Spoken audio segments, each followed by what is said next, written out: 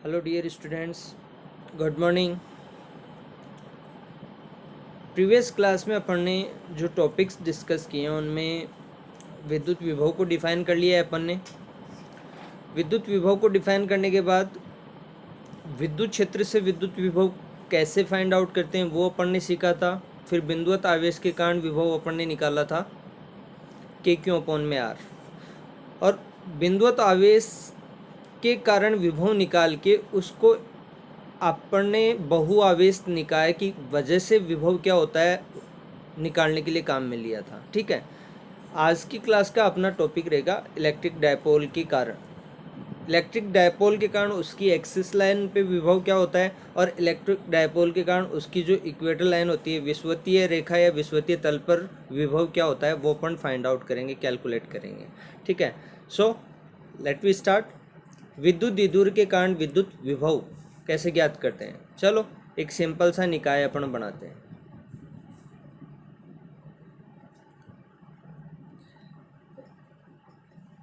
अपने पास जैसा निकाय कह रहा है, टॉपिक अपना कह रहा है ना, उसी के अकॉर्डिंग एक द्विध्रुव ले लेते हैं। लेट ए बी एक अपने पास क्या है, द्विध्रुव है, जिसमें बिंदु ए पर क्या है, माइनस क्यू आवेश स्थित है और बिंदु बी पर प्लस क्यू आवेश स्थित है। ठीक है, और ये यहाँ पे इस द्विध्रुव का केंद्र बिंदु ओ है।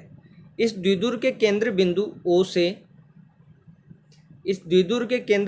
ओ से आर दूरी पर आपने क्या लिया है, बिंदु पी लिया है यहाँ पे, जहां आपको इस द्विध्रुव के कारण क्या ज्ञात करना है, विद्युत विभव ज्ञात करना है। जब अपन ने इलेक्ट्रिक डायपोल को पढ़ा था, विद्युत द्विध्रुव को पढ़ा था, तो अपन ने क्या कहा था, समान परिमाण तथा विपरीत प्रकृति के दो बिंदुवत आवेशों का युग्म जिनके मध्य दूरी क्या हो, अत्यल्प हो। तो यहाँ पे माइनस क्यू आवेश भी एक बिंदुवत आवेश है और प्लस क्यू आवेश भी एक बिंदुवत आवेश है। बिंदुवत आवेश के कारण विभव अपन ने निकाला है के क्यू अपॉन में आर। ठीक है, तो बिंदुवत आवेश के कारण विभव दो चीजों पे निर्भर कर रहा है, के कांस्टेंट है क्यू और आर के ऊपर। के क्यू अपॉन में आर अपन ने निकाला है, तो आर यहाँ पे आपको सीधी दूरियां इन आवेशों से लेनी पड़ेगी। तो अपन ने क्या मान लिया कि यहाँ इस माइनस क्यू आवेश से बिंदु पी की सीधी दूरी क्या है, R1 है, ये रही R1। और ऐसे ही प्लस क्यू आवेश से, यहाँ प्लस क्यू आवेश से बिंदु पी की सीधी दूरी क्या है, बिंदु पी की सीधी दूरी अपन ने मान ली R2। अपने पास R1 और R2 की वैल्यू नॉन नहीं है, अपन ने माना है कि बिंदु ए की बिंदु पी से दूरी, मतलब माइनस क्यू आवेश की बिंदु पी से दूरी क्या है, R1 मान ली अपन ने। और ऐसे बिंदु बी की बिंदु पी से दूरी, मतलब प्लस क्यू आवेश से बिंदु पी की दूरी क्या है, R2 है। ये एक बार मान के अपन क्या करेंगे कि माइनस क्यू आवेश की वजह से बिंदु पी पर विभव ज्ञात कर लेंगे, प्लस क्यू आवेश की वजह से बिंदु पी पर विभव ज्ञात कर लेंगे। और चूंकि विभव क्या है, एक अदिश राशि है, तो इन दोनों का बीजगणित योग करके माइनस क्यू आवेश की वजह से विभव को अपन V1 कह देंगे और प्लस क्यू आवेश की वजह से बिंदु P पर विभव को V2 कह देंगे। विभव अदिश राशि है तो बिंदु P पर कुल विभव कितना हो जाएगा, V बराबर V1 प्लस V2। अपन को चाहिए क्या था, आपको आवेश यहाँ पे आपको दे रखा है माइनस क्यू, यहाँ पे क्या दे रखा है, प्लस क्यू। दूसरा बिंदु P की इन आवेशों से दूरी, तो अपन ने R1 और R2 मान लिया। ठीक है, R1 R2 को अपन कैलकुलेट करेंगे, उसके लिए आगे का प्रोसेस है, लेकिन उससे पहले आप एक बार कुल विभव निकाल लो। R1 R2 को बाद में उसके अंदर रिप्लेस कर देंगे। सिंपल सी बात है, मैं क्या कर रहा हूँ, माना ए बी एक विद्युत द्विध्रुव है जिसके बिंदु ए पर माइनस क्यू आवेश स्थित है तथा बिंदु बी पर प्लस क्यू आवेश स्थित है। देखो नोट करना चाहो तो ये नॉर्मल सी लैंग्वेज है। माना ए बी एक विद्युत द्विध्रुव है जिसके बिंदु ए पर माइनस क्यू आवेश तथा बिंदु बी पर प्लस क्यू आवेश स्थित है। इस द्विध्रुव के केंद्र O से दूरी R पर आपने क्या लिया है, बिंदु P लिया है, जहां इस द्विध्रुव के कारण विद्युत विभव ज्ञात करना है। ठीक है, अब बिंदु P पर विभव ज्ञात करना है, तो इसके लिए आपने माइनस क्यू आवेश से बिंदु P की दूरी R1 मान ली और प्लस क्यू आवेश की बिंदु P से दूरी क्या मान ली, R2। आप क्या कह सकते हो, AP बराबर क्या हो जाएगा, R1, और ऐसे ही BP बराबर क्या कह सकते हो आप, R2। ये मानी हुई है तो कह सकते हो, दिक्कत नहीं है। चलो इसको थोड़ा सा गो थ्रू करते हैं, थ्योरी इसकी ले लेते हैं एक बार, क्या है क्या नहीं है, उसके बाद आगे बढ़ेंगे अपन। ठीक है, क्या कह रहे हैं, देखो चित्र में एक विद्युत द्विध्रुव AB को प्रदर्शित किया गया है। बिंदु A तथा B पर आवेश क्रमशः -q और +q है। इनके मध्य दूरी क्या है? 2a है। 2a लेते हैं द्विध्रुव के आवेशों के मध्य दूरी। इनके केंद्र O से r दूरी पर स्थित बिंदु P पर विद्युत विभव ज्ञात करना है। आपको विद्युत विभव ज्ञात करना है तथा रेखा OP द्विध्रुव की अक्ष के साथ, भाई आपको स्थिति क्लियर करनी पड़ेगी। तो द्विध्रुव के केंद्र O से r दूरी पर आपने बिंदु P लिया है, लेकिन साथ में द्विध्रुव ये जो r दूरी है या O से लेके P, ये रेखा OP क्या है? द्विध्रुव की अक्ष के साथ मान लो कि थीटा कोण बनाती है। तो उस सिचुएशन में आप क्या कहोगे? इसकी स्थिति क्या होगी? r comma theta. देखो यहाँ पे दिखा रखा है इस चीज को, इसकी बिंदु P की स्थिति को बता रखा है। बिंदु P की स्थिति को बता रखा है। देखो यहाँ पे बिंदु P की स्थिति द्विध्रुव के सापेक्ष क्या है? द्विध्रुव के केंद्र O से r दूरी पर है बिंदु P, और दूसरा ये जो OP है ना आपका, ये OP रेखा, ये या दूरी r, ये द्विध्रुव के अक्ष के साथ कितना कोण बना रही है? थीटा कोण बना रही है। ठीक है, थ्योरेटिकली अपन गो थ्रू हो गए। चलो इसको एक बार देख लेते हैं।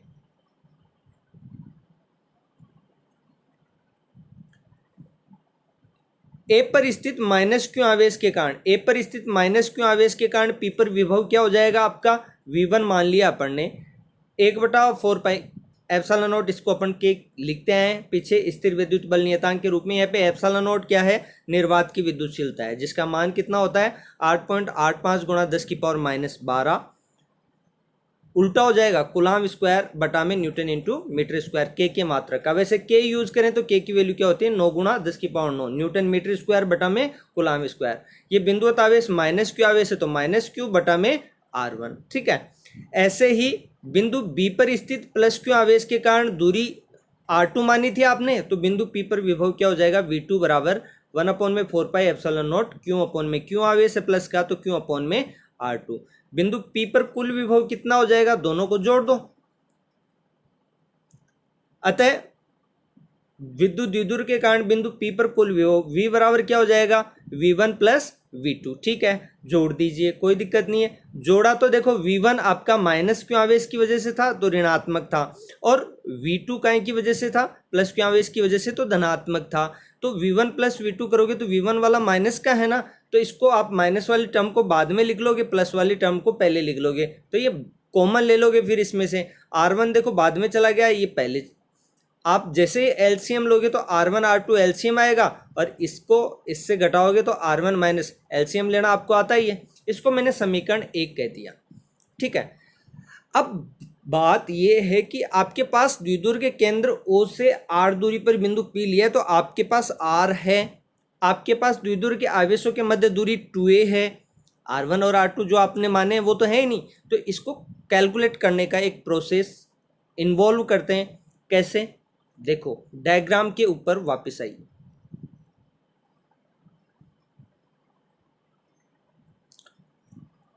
थोड़ा सा इस डायग्राम को डिस्कस कर लेते हैं। R1 और R2 अपने लिए अननोन है, तो इनको कैलकुलेट करेंगे अपन। R1 और R2 को कैसे कैलकुलेट करेंगे? देखो यहाँ पे देखो एक सिंपल सी बात है कि बिंदु B से OP के ऊपर क्या डाला है? लंब डाला है। ये OP के ऊपर क्या डाला है? लंब डाला है। ठीक है, ऐसे ही बिंदु A से इधर देखो लंब डाल दिया B से D पर, B से D। ऐसे ही बिंदु A से OP के ऊपर, OP को डैश डैश डैश करके बैक साइड में बढ़ाया इधर, और बैक साइड में बढ़ा के ये क्या डाल दिया? इस पे लंब डाल दिया।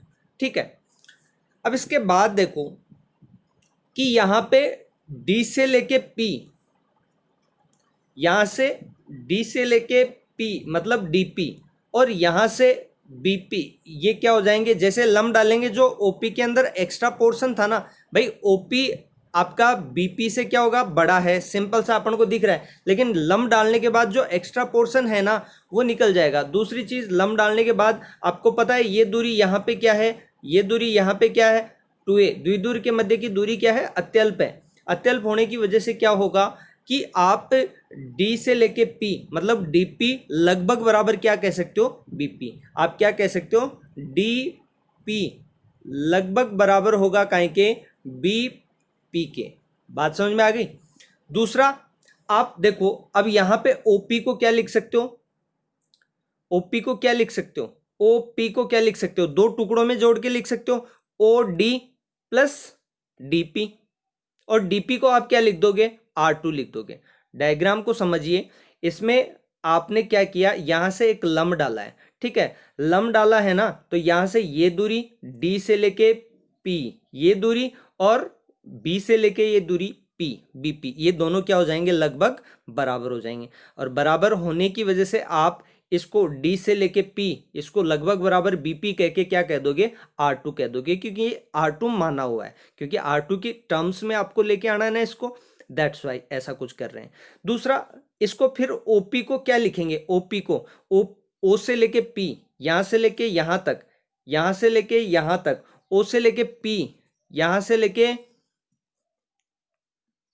लेके यहां तक पूरी डिस्टेंस को क्या लिख सकते हो, दो टुकड़ों में लिख सकते हो, ओ से लेके डी प्लस डी से लेके P, O D plus DP, और डीपी क्या है आपका R2। देखो ऐसा ही किया गया है, यहाँ पे ऐसा ही किया गया है। ओपी को आपने क्या लिखा है, ओपी को क्या लिखा है आपने, ओ डी प्लस डीपी, और डीपी को क्या लिख सकते हो, बीपी, लगभग बराबर है डीपी, लगभग बराबर है बीपी के, दैट्स वाई इसको आपने R2 लिख दिया। तो डीपी को तो आपने R2 लिख दिया यहाँ पे।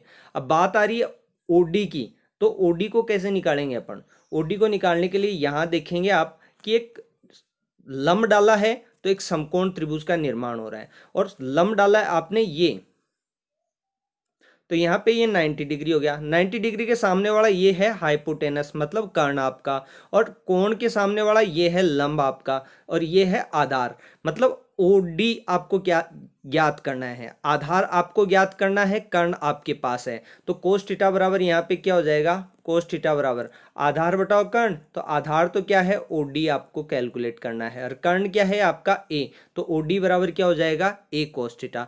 तो इसको आप यूज कर सकते हो यहाँ पे, ठीक है। एक समकोण त्रिभुज का कंसेप्ट, ओपी को आपने क्या लिखा, ओपी को आपने लिखा ओडी प्लस डीपी, तो आपका ओपी तो क्या है, दूरी आर है ही, तो ओडी को क्या लिख दिया, देखो cos थीटा बराबर ओडी अपॉन में ए, यहाँ पे इसको रिप्लेस कर दिया, तो ये क्या हो गया R2 यहाँ से R माइनस ए cos थीटा, इसको समीकरण 2 कह दिया है मैंने, ठीक है। सिमिलरली एक और लंब अपना डाला है, तो इसको देखो, एक और लंब अपना डाला हुआ है यहाँ पे बिंदु सी पे, यहाँ पे बिंदु सी पे एक और लंब डाला हुआ है, ये डाला हुआ है लंब यहाँ पे, तो यहाँ पे लंब डाला हुआ है, तो ये 90 डिग्री हो गया, तो इसके सामने वाला ये कर्ण हो गया, और कोण है थीटा, थीटा के सामने वाला ये क्या हो गया लंब, तो यहाँ पे ये क्या हो गया आधार, मतलब O से लेके C आपको ज्ञात करना पड़ेगा, तो OC बराबर वही, या कोस थीटा बराबर क्या हो जाएगा आपका OC बटा में A, तो OC निकल के आ जाएगा आपका ए कॉस थीटा। लेकिन अच्छा यूज कहाँ करेंगे अपन, अब यहाँ पे देखो इसको आगे बढ़ाया था आपने, तो ओपी को आप कैसे लिख सकते हो, ओपी को आप कैसे लिख सकते हो, पूरे में से यहां से लेके यहां में से आप पूरे में से क्या कर सकते हो, सी पी में से आप काहे को घटा सकते हो, ओसी को घटा सकते हो। आप क्या लिख सकते हो, ओपी बराबर, आप क्या लिख सकते हो, ओपी बराबर क्या लिख सकते हो, पूरा सी से लेके पी, पूरा तो आपके पास है नहीं,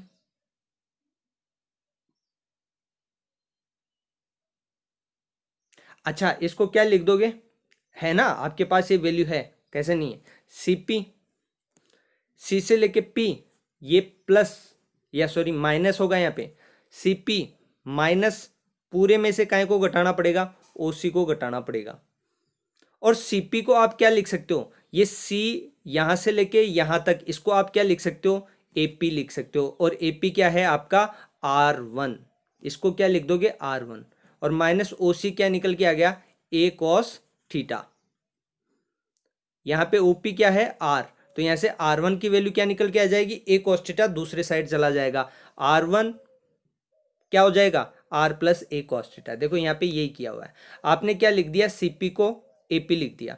आपको पता है, क्या पता है कि एपी लगभग बराबर होता है सीपी के, और ये सीपी बराबर क्या होगा ओपी प्लस ओसी, ओपी में आप नीचे वाले पोर्शन ओसी को जोड़ दो, तो यहाँ पे आपका ओसी निकाला कैसे, क्योंकि समकोण त्रिभुज बन रहा है, तो यहाँ से cos थीटा बराबर क्या होगा ओसी अपॉन में ए, तो ओसी बराबर क्या हो गया ए cos थीटा। तो यहाँ पे आप इसको कर क्या सकते हो, इसको कर क्या सकते हो, ओसी को रिप्लेस कर दो यहाँ पे, R1 बराबर क्या हो जाएगा, R plus A cos theta हो जाएगा। यहाँ पे समीकरण 3 दे दिया इसको। अब समीकरण 2 व 3 को आप यूज करोगे, R1 में से R2 को घटाओ तो R से R कट जाएगा और R1 माइनस R2 क्या निकल के आ जाएगा, 2a cos थीटा आ जाएगा। आपको चाहिए क्या था इसमें, फॉर्मेशन के अंदर चाहिए क्या था, देखो यहाँ पे इसके अंदर फॉर्मेशन के अंदर क्या चाहिए था, R1 माइनस R2 चाहिए था। तो समीकरण 2 के अंदर तो क्या निकल के आया, R2 निकल के आया। समीकरण 3 के अंदर क्या निकल के आया, R1 निकल के आया। तो R1 माइनस R2, समीकरण 3 में से समीकरण 2 को घटा दो तो R1 माइनस R2 क्या निकल के आ गया, 2a cos थीटा। इसको देखो रिप्लेस करेंगे यहाँ पे। एक और चीज चाहिए आपको, R1 गुणा R2 चाहिए, तो R1 और R2 को गुणा कर दो। तो R1 तो क्या है, R1 तो क्या है, देखो यहाँ पे R plus A cos theta, और R2 क्या है, R1 तो क्या है ये R plus A cos theta, और R2 क्या है, R minus A cos theta. तो दोनों को गुणा करोगे तो a plus B A minus B का फॉर्मूला वर्क करेगा। तो क्या हो जाएगा, R square minus A square cos square theta. तो ए स्क्वायर कोस स्क्वायर, चूंकि आर स्क्वायर के कंपेरिजन में ए स्क्वायर बहुत कम है, या यूं कहिए आर स्क्वायर क्या है, ए स्क्वायर के कंपैरिजन में बहुत ज्यादा है। तो आप ए स्क्वायर कोस स्क्वायर की टर्म को क्या कर दोगे, नेग्लेक्ट कर दोगे, और क्या बचेगा आपके पास, देखो ये दूसरी चीज, R1 इंटू R2 को कैलकुलेट किया तो एक प्लस के अंदर है एक माइनस के अंदर, तो a plus B A minus B का फंक्शन बन जाएगा। A square minus B square कर दोगे तो R square minus A square cos square theta हो गया, बराबर इसको आप एलिमिनेट कर दोगे, इस पोर्शन को एलिमिनेट कर दोगे, क्योंकि R square is greater than A square. समीकरण 1 में इन दोनों के मान रख दो। समीकरण 1 में इसको तो क्या लिख दिया आपने, 2a cos थीटा, किसको, R1 माइनस R2 को, और नीचे R1 इंटू R2 को क्या लिख दिया, R स्क्वायर लिख दिया। अब Q इंटू 2a को आप क्या लिख सकते हो, P लिख सकते हो, नहीं लिख सकते, P बराबर क्या होता है, Q इंटू 2a, द्विदूर आघूर्ण होता है। तो जैसे रिप्लेस करोगे तो आपके पास एक फॉर्मेशन निकल के आ गया। क्या फॉर्मेशन निकल के आ गया, V बराबर, इसको K लिख सकते हो तो मैंने आगे K भी लिखा है, देखो 1/4 P cos थीटा अपॉन में R स्क्वायर, ठीक है। और इसको कह दिया मैंने समीकरण 4। अब यहाँ पे गौर करने वाली बात क्या थी कि बिंदुवत आवेश की वजह से जब अपन ने देखा था विभव, वो क्या था, KQ अपॉन में R, मतलब दूरी के व्युत्क्रमानुपाती था। बिंदुवत आवेश के कारण जो दूरी R थी ना, उसके व्युत्क्रमानुपाती था विभव। लेकिन यहाँ पे नीचे देखो आप R स्क्वायर आ रहा है, तो यहाँ ये स्पष्ट हो रहा है फॉर्मेशन में कि यहाँ पे दूरी पर निर्भरता R इनवर्स नहीं होके क्या है, R की पावर -2 है। चलो एक और यहाँ पे इस फॉर्मेशन में देखो, अक्षीय स्थिति और निरक्षीय स्थिति का फॉर्मेशन और कैलकुलेट कर सकते हैं। कैसे, अपने पास क्या है, अक्षीय स्थिति पे बात करें, बिंदु P को या आप कहाँ ले आओ, अक्षीय स्थिति पे ले आओगे तो थीटा का मान क्या हो जाएगा, देखो द्विध्रुव की अक्षीय स्थिति पर बिंदु P आपको लेना है, अक्ष पर बिंदु P लेना है, तो इसके लिए बिंदु P को पकड़ के कहाँ लेके आना पड़ेगा, अक्ष पे लेके आना पड़ेगा। तो थीटा का मान क्या हो जाएगा, 0 डिग्री। कोस 0 का मान क्या होता है, अपन को पता है 1 होता है। तो यहाँ से समीकरण आप एक, समीकरण 4 के अंदर आप कोस थीटा को 1 रख दोगे तो यहाँ पे आपका अक्षीय रेखा पर विद्युत विभव क्या निकल के आएगा, अक्षीय रेखा पर विद्युत विभव क्या निकल के आएगा, KP अपॉन में R स्क्वायर। और यदि निरक्षीय स्थिति पे अपन लेके जाएं बिंदु P को निरक्षीय स्थिति पे, तो थीटा का मान क्या हो जाएगा, 90 डिग्री, और थीटा का मान 90 डिग्री मतलब कोस 90 का मान क्या हो जाएगा, 0, और कोस 90 का मान 0 होने का मतलब क्या है कि विभव आपका निरक्षीय स्थिति पर क्या रहेगा, 0। अब गौर करने वाली बात यह है कि द्विध्रुव को आपने विद्युत क्षेत्र तीव्रता के लिए डिस्कस किया था, विद्युत क्षेत्र तीव्रता के लिए डिस्कस किया था, तो अक्षीय रेखा पे और निरक्षीय रेखा पे दोनों स्थितियों पे विद्युत क्षेत्र 0 नहीं था। लेकिन यहां गौर करने वाली बात यह है कि अक्षीय स्थिति पे तो क्या निकल के आ रहा है, KP अपॉन में R स्क्वायर, ठीक है, KP अपॉन में R स्क्वायर। लेकिन निरक्षीय स्थिति पे विभव क्या निकल के आ रहा है, 0 निकल के आ रहा है। निरक्षीय स्थिति पर विद्युत क्षेत्र तीव्रता 0 नहीं थी, लेकिन विद्युत विभव 0 है। कई बार 1 मार्क क्वेश्चन में ऐसे क्वेश्चंस बनते हैं। क्या यह संभव है कि किसी निकाय में विद्युत विभव 0 है लेकिन विद्युत क्षेत्र तीव्रता 0 नहीं है, ठीक है। तो ये स्थिति क्या है, यहाँ पे द्विध्रुव की निरक्षीय स्थिति पर विद्युत विभव 0 है लेकिन विद्युत क्षेत्र तीव्रता 0 नहीं है। बात समझ में आ गई। अब इसको देखो सदिश रूप में लिखें विभव को। वैसे तो क्या है, विद्युत विभव एक अदिश राशि है, तो अदिश राशि है, इसी वजह से देखो इधर मैंने इस पे सदिश का कोई एरो नहीं लगाया। लेकिन इसको यदि सदिश रूप में लिखें, सदिश रूप में द्विध्रुव के कारण बिंदु P पर विभव आप लिखना चाहो तो इसको क्या लिख सकते हो, आर कैप लगा सकते हो, लेकिन आर कैप आपका अदिश गुणनफल के रूप में होगा। कोस थीटा आपका है P कोस थीटा था, लेकिन अदिश गुणनफल करोगे काहे के साथ, एक एकांक सदिश के साथ अदिश गुणनफल कर सकते हो, क्योंकि एकांक सदिश का परिमाण क्या होता है, एक होता है। देखो मेरी बात सुनिए, एक सिंपल सा कंसेप्ट है कि एकांक सदिश के साथ आप अदिश गुणनफल कर सकते हो। यहाँ पे क्या ऊपर P कोस थीटा था, व्यंजक जो आपने निकाला उसमें क्या है, P कोस थीटा है। अब यहाँ पे अदिश गुणनफल करेंगे तो अदिश गुणनफल से एक अदिश राशि अपन को प्राप्त होगी, और ऐसा क्यों किया है अपन ने, क्योंकि विद्युत विभव क्या है, एक अदिश राशि है। तो अपन ने एक एकांक सदिश का सहारा लिया, आर कैप का अपन ने सहारा लिया, उसको क्या लिखा आपने, P सदिश डॉट आर कैप। अब इन दोनों का अदिश गुणनफल आप खोलोगे तो P का परिमाण, P सदिश का परिमाण P गुणा आर कैप का परिमाण, आर कैप मतलब एक एकांक सदिश का परिमाण क्या होगा, एक, और कोस थीटा पहले सदिश का परिमाण गुणा दूसरे सदिश का परिमाण गुणा कोस थीटा, यही तो अदिश गुणनफल होता है। तो यहाँ पे इसको खोलोगे तो वापस क्या आ जाएगा, P कोस थीटा ही आ जाएगा। अब एक एकांक सदिश को आप क्या लिख सकते हो, सदिश बटा में सदिश का परिमाण। तो सदिश आर सदिश लिखोगे तो यहाँ तो देखो ये आर सदिश आ गया, बटा में सदिश का परिमाण आर लिखोगे तो क्या आ गया, आर क्यूब आ गया। मेरे ख्याल से आप लोगों को ये बात समझ में आ गई होगी। चलो आगे बढ़ते हैं, कुछ इंपॉर्टेंट फैक्ट्स हैं विद्युत विभव, द्विध्रुव के कारण विद्युत विभव से जुड़े हुए कुछ इंपॉर्टेंट फैक्ट्स हैं जिनको अपन और डिस्कस कर लेते हैं। ठीक है, पहली चीज क्या है कि विद्युत द्विध्रुव के कारण उसके निरक्ष पर विद्युत विभव शून्य होता है, तथापि विद्युत क्षेत्र शून्य नहीं होता। पहला फैक्ट ऑलरेडी मैं आपसे डिस्कस कर चुका हूं।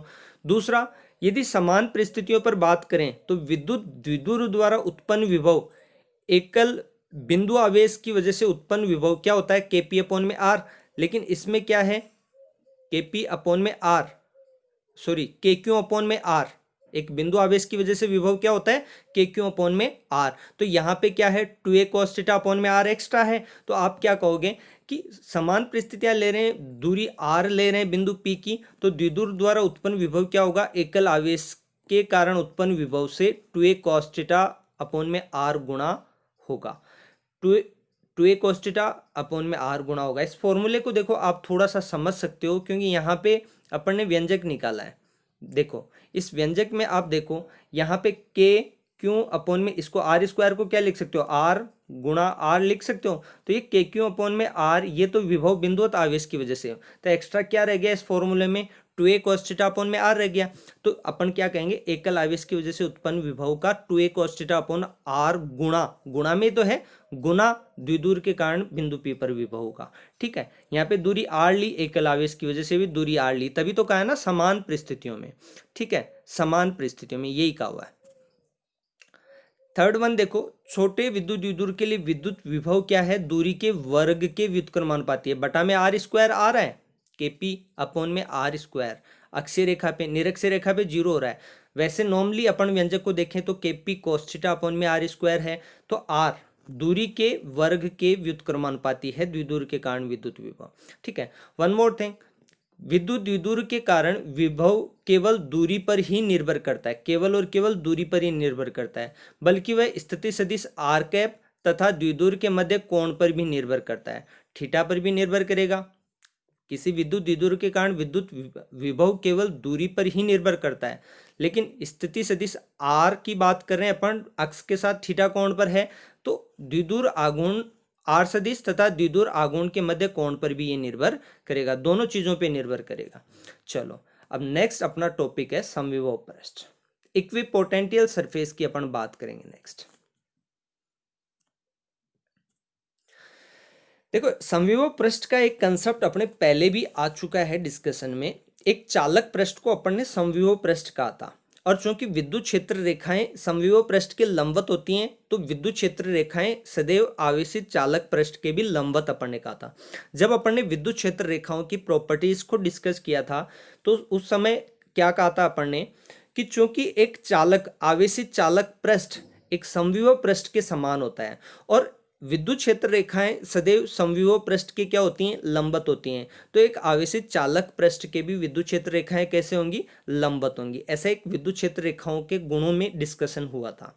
एक्चुअली समविभव पृष्ठ होता क्या है, नाम से ही पता चल रहा है। समविभव एक ऐसा पृष्ठ जिसके प्रत्येक बिंदु पर विद्युत विभव का मान क्या होता है, समान होता है। एक ऐसा पृष्ठ जिसके प्रत्येक बिंदु पर विद्युत विभव का मान क्या होता है, समान होता है। क्या कहलाता है, समविभव पृष्ठ कहलाता है। देखो डेफिनेशन में यही लिखा हुआ है, विद्युत क्षेत्र में वह पृष्ठ जिस पर स्थित समस्त बिंदुओं पर विभव का मान क्या होता है, समान होता है, समविभव पृष्ठ कहलाता है। अब विभव समविभव पृष्ठ पर यदि विभव प्रत्येक बिंदु पर समान रहेगा तो अपन क्या कह सकते हैं, समविभव पृष्ठ के दो बिंदुओं के बीच विभवांतर क्या हो जाएगा, दो बिंदुओं के बीच विभवांतर क्या हो जाएगा, शून्य हो जाएगा। और आपने विभवांतर को कैसे परिभाषित किया था, VB माइनस VA बराबर माइनस WE अपॉन में क्यों क्यों जीरो। ठीक है, याद करो विभव को अपन ने परिभाषित किया था तो अपन ने दो बिंदुओं के बीच विभवांतर क्या लिखा था, VB माइनस VA बराबर माइनस WE अपॉन में क्यों जीरो। तो यहाँ पे विभवांतर VB माइनस VA क्या हो गया, जीरो हो गया। दैट्स वाई WE बराबर भी क्या हो जाएगा, जीरो हो जाएगा। WE बराबर भी जीरो हो जाएगा, कार्य क्या हो जाएगा, जीरो हो जाएगा। तो सिंपल सी बात है, समविभव पृष्ठ पर किसी भी आवेश को एक बिंदु से दूसरे बिंदु तक विस्थापित करने में किया गया कार्य भी क्या होगा, शून्य होगा। यही बात यहाँ कही हुई है। देखो समविभव पृष्ठ के किसी एक बिंदु से दूसरे बिंदु तक आवेश को ले जाने में किया गया कार्य शून्य के बराबर होता है, शून्य के बराबर होता है, ये मैंने कहा।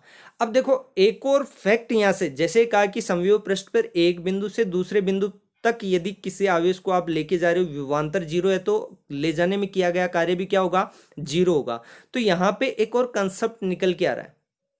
क्या कंसेप्ट निकल के आ रहा है, अच्छे से समझिएगा इस कंसेप्ट को, बहुत इंपॉर्टेंट कंसेप्ट है। क्योंकि किया गया कार्य शून्य है, ये किया गया कार्य तभी शून्य होता है जब बल, विद्युत बल की बात हो रही है, मतलब विद्युत क्षेत्र की दिशा की बात हो रही है, तथा विस्थापन किस दिशा में आप विस्थापित कर रहे हो, विस्थापन की दिशा एक दूसरे के क्या होती है, लंबवत होती है। आप क्या कह रहे हो, सुनिएगा इस बात को, कि एक समविभव पृष्ठ पर एक आवेश को एक बिंदु से दूसरी बिंदु तक ले जाने में किया गया कार्य क्या होता है, शून्य होता है।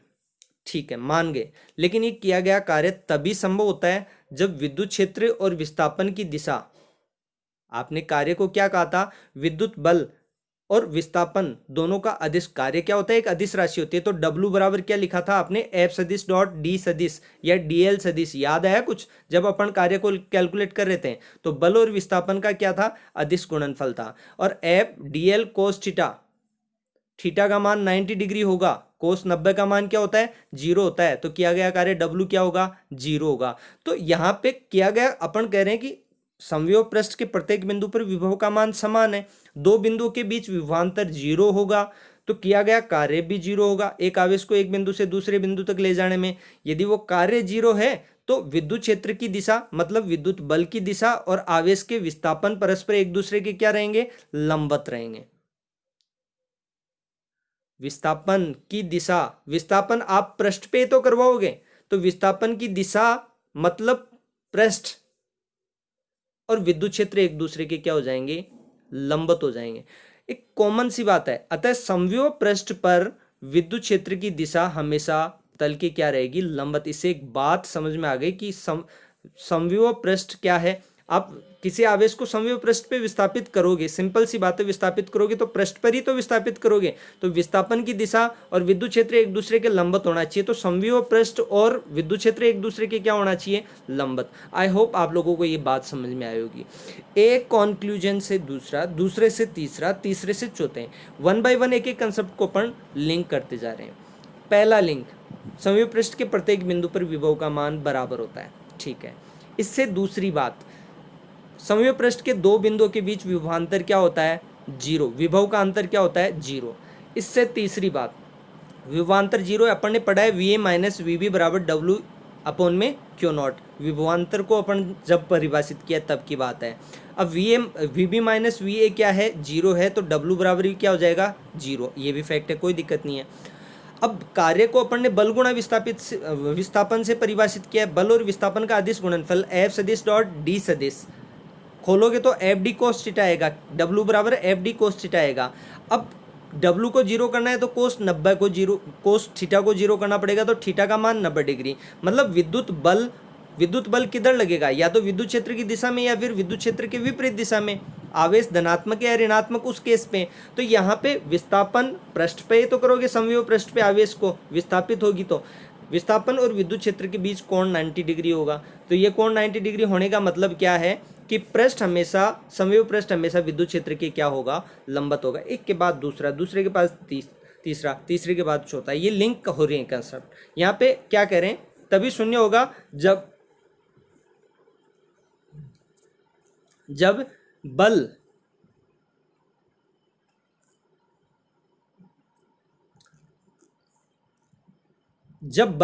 मतलब विद्युत क्षेत्र विस्थापन की दिशा के लंबवत हो। अतः समविभव पृष्ठ विद्युत क्षेत्र की दिशा तल के लंबवत होगी। समविभव पृष्ठ पर विद्युत क्षेत्र की दिशा क्या होगी, समविभव पृष्ठ के तल के क्या होगी, लंबवत होगी।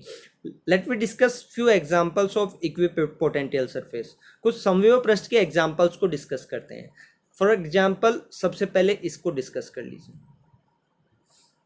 यहाँ पे ये पैरेलल लाइंस के द्वारा विद्युत क्षेत्र को दर्शाया हुआ है, ठीक है। यहाँ पे 3 पृष्ठ लिए हुए हैं और देखो जैसे आपके डायग्राम में दिखाई दे रहा है, ये क्या है, विद्युत क्षेत्र रेखाएं यूं गुजर रही हैं पैरेलली, और उनके ये V1 V2 और एक और पृष्ठ यहाँ पे दिखा रखा है V3, ठीक है। तीनों क्या है, एक दूसरे के लंबवत हैं। तो यहाँ पे लोकेशन या डायग्राम के अकॉर्डिंग आपको क्या दिख रहा है कि तीनों ही कंडीशन में समविभव पृष्ठ क्या है, विद्युत क्षेत्र के लंबवत है, ठीक है। बात समझ में आ गई होगी। एक और एग्जाम्पल की बात करें, देखो इसको लिखा हुआ भी है, एक समान विद्युत क्षेत्र ई के लिए किसी समरूप विद्युत क्षेत्र के लिए समविभव पृष्ठ इसकी क्षेत्र रेखाओं के क्या होते हैं, लंबवत होते हैं। ये एक समान विद्युत क्षेत्र में समविभव पृष्ठ, ठीक है। दूसरा, यदि आपको किसी बिंदु आवेश के लिए, तो किसी विलगित बिंदु आवेश प्लस क्यू के कारण आर दूरी पर विभव क्या होता है, जीरो। आर दूरी पर विभव क्या होता है, के क्यू अपॉन में आर, ये निकाला हुआ है एक बिंदु आवेश की वजह से। तो यहाँ पे देखो आपने अलग अलग त्रिज्याओं के गोलाकार पृष्ठ आपने खींचे। तो यहाँ पे देखो ये प्लस क्यू आवेश है, ये यहाँ पे पहला गोलाकार पृष्ठ, यहाँ पे ये दूसरा गोलाकार पृष्ठ, यहाँ पे ये तीसरा गोलाकार पृष्ठ।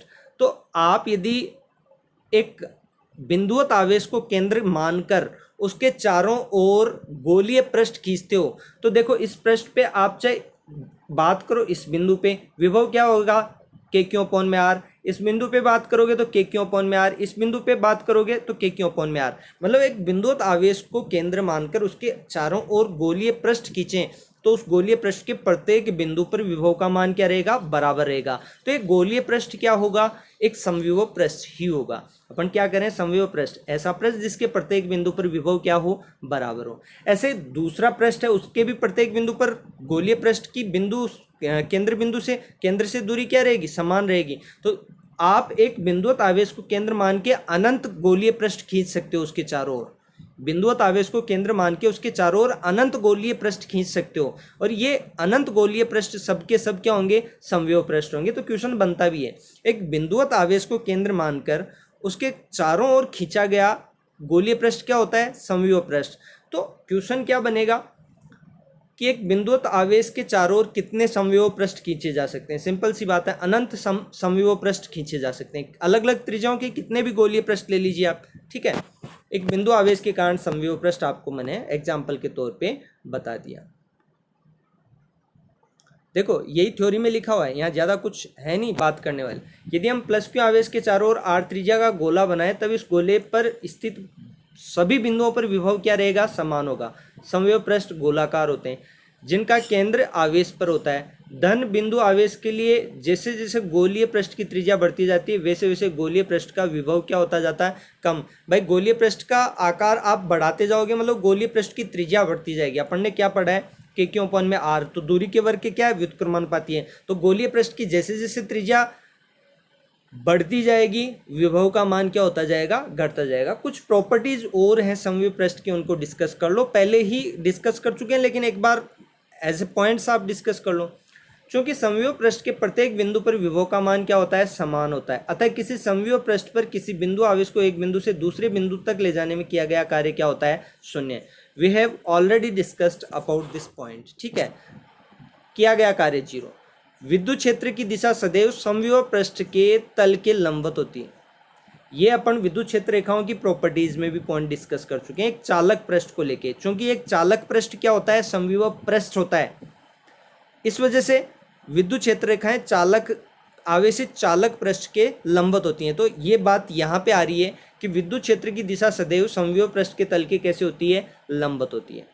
दो समविभव पृष्ठ या तल परस्पर नहीं काटते हैं। क्यों नहीं काटेंगे, वही कटान बिंदु पर विभव के दो मान होंगे जो कि संभव नहीं है। जैसे विद्युत क्षेत्र रेखाओं के लिए अपन ने कहा था दो समविभव पृष्ठ कभी भी एक दूसरे को नहीं काटेंगे, ध्यान रखना।